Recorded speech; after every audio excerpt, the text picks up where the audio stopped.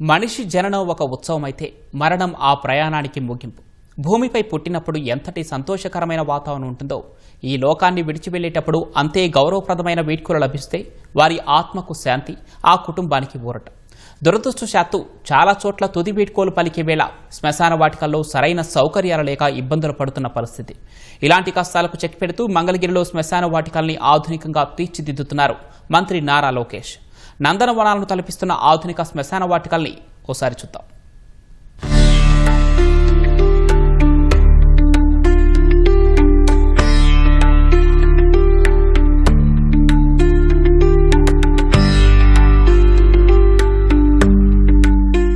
పచ్చదనంతో ప్రశాంతతను పంచే నందనవనాల్లా ఉన్న ఈ ప్రాంతం మంగళగిరిలోనిది. నియోజకవర్గాన్ని ఆదర్శంగా నిలపాలనే లక్ష్యంతో ముందుకు సాగుతున్న మంత్రి లోకేష్ కేవలం రోడ్లు, డ్రైనేజీలు, మౌలిక వసతులే కాదు, ప్రజల అవసరాల్లో ఒకటైన శ్మశాన వాటికల ఆధునికీకరణను ప్రాధాన్యతగా తీసుకున్నారు. నియోజకవర్గంలో చాలా చోట్ల అంతిమ సంస్కారాలు నిర్వహించడానికి సరైన వసతులు లేక ప్రజలు పడుతున్న ఇబ్బందులను గమనించిన లోకేష్ సొంత నిధులతో పాటు కార్పొరేట్ సంస్థల సహకారంతో వాటిని అభివృద్ధి చేస్తున్నారు. ఇప్పటికే కొన్ని ప్రాంతాల్లో పనులు పూర్తి కాగా మరికొన్ని వివిధ దశల్లో ఉన్నాయి. పాత మంగళగిరిలోని శ్మశాన వాటికలో ఒకప్పుడు అత్యంత దయనీయ పరిస్థితి ఉండేది. ఎన్నికల సమయంలో సమస్య లోకేష్ దృష్టికి వచ్చింది. ఇచ్చిన మాట ప్రకారం 3 కోట్ల రూపాయలతో కార్పొరేట్ స్థాయి వసతులతో మహాప్రస్థానాన్ని తీర్చిదిద్దారు. శ్మశానం అభివృద్ధి కోసం శంకుస్థాపన చేసే కార్యక్రమం బిగించేసేంత వరకు కూడా భరించరానటువంటి దుర్గంధంతో చుట్టుపక్కల ప్రజలు బ్రతికారు. మా అందరికి కూడా అది అలవాటైపోయింది. అంత దుర్గంధంలో బ్రతికినటువంటి మాకు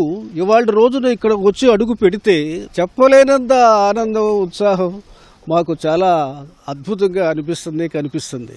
ఎక్కడ శవాన్ని కాలుస్తున్నామో కూడా తెలియదండి. అటువంటి బిల్డింగ్స్ కట్టారు. వాన వస్తే దహనం చేయాలంటే చాలా కళ్ళంలో నీళ్ళు వచ్చాయన్నమాట. అలాంటిది ఇప్పుడు ఇవన్నీ డెవలప్మెంట్ చూస్తే మనకి చాలా ఆనందంగా ఉంది. ఒకళ్ళ ఊర్లో ఉన్నారనుకోండి, రావడానికి ఆ మార్చరీ కూడా ఏర్పాటు చేశారు. మనం అది విడిగా పెట్టుకోవాలంటే చాలా ఖర్చుతో కూడుకున్న పనులు అవి చాలా కలిసి వచ్చింది. దానివల్ల కూడా వచ్చిన వాళ్ళు ఉండటానికి కానీ అన్నీ కూడా చాలా వేస్ట్గా చేశారు. అసలు ఇది ఒక పార్కు లాగా ఉంది, శ్మశానం లాగా లేదు. కర్మకాండలకు సంబంధించిన సౌకర్యాలను మహాప్రస్థానంలో ఏర్పాటు చేశారు. పురుషులు, మహిళల కోసం మరుగుదొడ్లు ఉన్నాయి. భోజన కార్యక్రమాల కోసం డైనింగ్ హాల్, వాహనాల రాకపోకలకు అంతర్గత రోడ్లు, పార్కింగ్ సౌకర్యాలు కల్పించారు. శ్మశాన వాటికలు అనగానే కనిపించే భయానక వాతావరణానికి భిన్నంగా ఇక్కడ మనసుకు ప్రశాంతతనిచ్చే హరిత వాతావరణాన్ని ఏర్పాటు చేయించారు. ఆహ్లాదకరమైన ల్యాండ్స్కేపింగ్, చుట్టూ పచ్చని మొక్కలు పెట్టించారు. చాలా ఇబ్బందులు పడేవాళ్ళండి. వచ్చి ఏమన్నా కూర్చోడానికి ఏమన్నా అంతా ముళ్ళు అంతా రోతగా ఉండేది. లేడీస్కి, జెంట్స్కి బాత్రూములు, లెట్రిన్లు అన్నీ పెట్టారు. మంగళగిరి లోకేష్ గెలవడం మనం అదృష్టం. అది క్రిస్టియన్ సమాధుల తోటలనే కాకుండా హిందూ శ్మశాన వాటికలను కూడా అభివృద్ధి చేస్తూ తారతమ్య భేదాలు లేకుండా అన్నింటినీ సమానంగా ఆయన వీటిని చాలా శుభ్రంగా చేపిస్తూ చాలా మంచి అభివృద్ధి చేస్తా ఉన్నారు.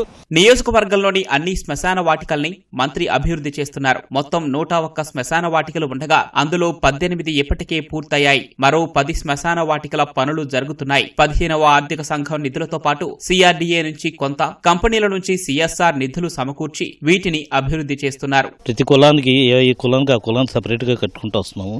హిందువులకు వచ్చేసి వాళ్ళకి కావాల్సిన వసతులు, లోపల రూమ్స్ కానీ, వాష్ ఏరియా కానీ, టాయిలెట్స్ కానీ, వెహికల్ షెడ్ కానీ, కట్టెలు పెట్టుకోవడానికి లాకర్స్ ఫెసిలిటీ అన్నీ ఇస్తున్నామండి.